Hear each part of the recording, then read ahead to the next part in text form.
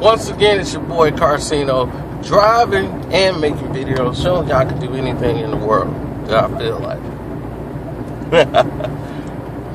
But let's talk about the truth behind the beatdown of Sam Snead.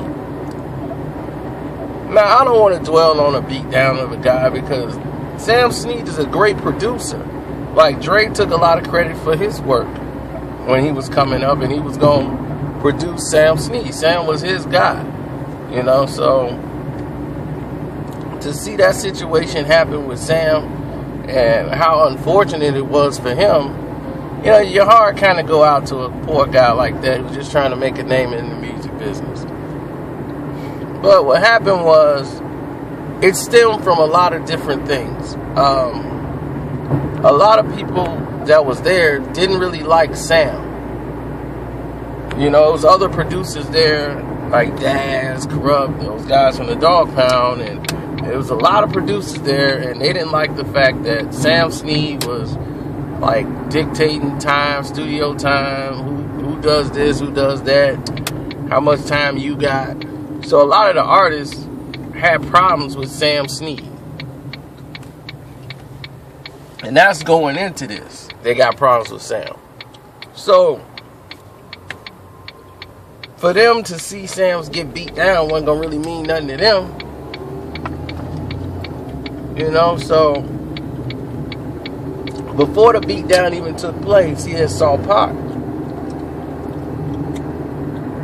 And he told Pac, like, hey, man, you know, I got some joints for you. You know, later on, you know, we'll talk about it. He's like, all right, cool. And then a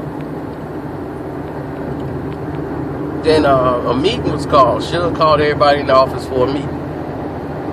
And he's got the monitor, and they playing the video. And he was like, man, Sam, are you a Death Row artist? He go, yeah. He said, Rage, yeah. Are you in that video? She's like, nah. He go down the line. Pac, was you in the video? Damn. Why is all these dudes in the video? Like, why ain't no Death Row artists in the video? Ain't you supposed to be Death Row? Then he go down to everybody in the group and start asking them, did y'all get any beats from Sam? Like, nah. What about you? You get any beats from Sam? Oh, he tried to charge me. Why is Sam? Why are you trying to charge people for beats? You know? And then he went to Pac. And Pac ain't never say nothing about Sam offering him beats. And he was like, man, like, all right, this meeting adjourned and all that stuff. They called me Chalet up. And they was talking about Dre like a dog in there. Talking about how he's sleeping with Bruce and so the conversation switched off Sam, but they ain't forgot about Sam. So in the studio, they was talking about, look at the video. Pac took over when they went down there to the studio. It was like, dude, he ain't got no, look at all them East Coast dudes in there. He ain't got no West Coast dudes in there at all. He not even throwing up the W. You know, look at him. He not even throwing up West Side. Like, you ashamed of the West Side. So he was like, man, I should have just left with Dre. Once he said that, whop, beat down happened.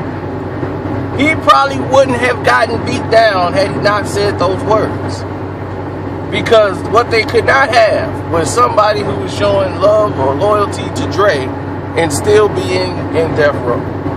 So he got beat and stomped down. Security even saw it on the tape. And they ain't come back there to help him. The artist started kicking him. Like, yeah, say Dre a bitch. Say it, say it, say it. So after that kind of disrespect, you know, it is what it is.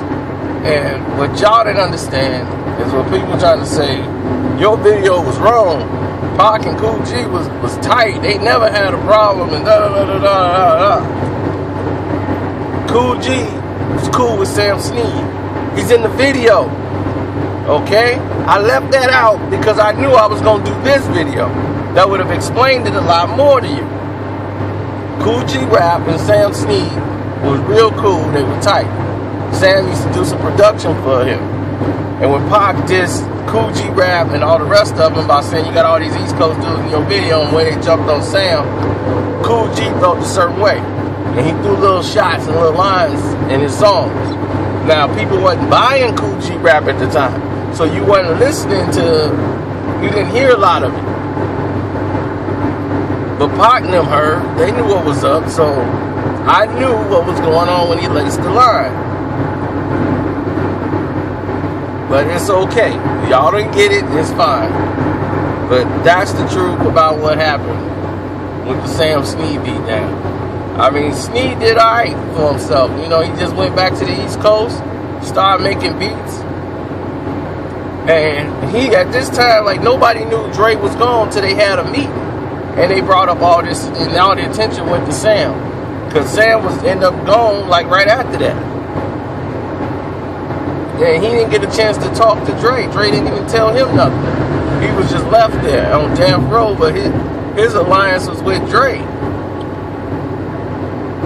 So once Dre was gone, it was like he was stranded there.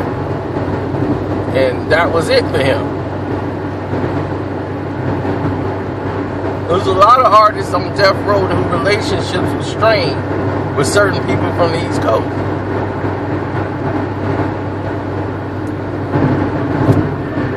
So that's it. It's nothing much more to it than that. Sam Snead, you know, he learned a valuable lesson. And, you know, he's worked with 50 Cent. He worked with a lot of different people. He did that song, the song when 50's dissing Ja Rule and I Smell Good. Is that you heard? That song. And he did a host of other different things. So everybody's moving in different directions. But Death Row as a whole had a position that no other black label will ever be able to hold again. They held their own when it came to distribution. They owned that end of the business. And I'll tell you right now, they will never let us hold that again.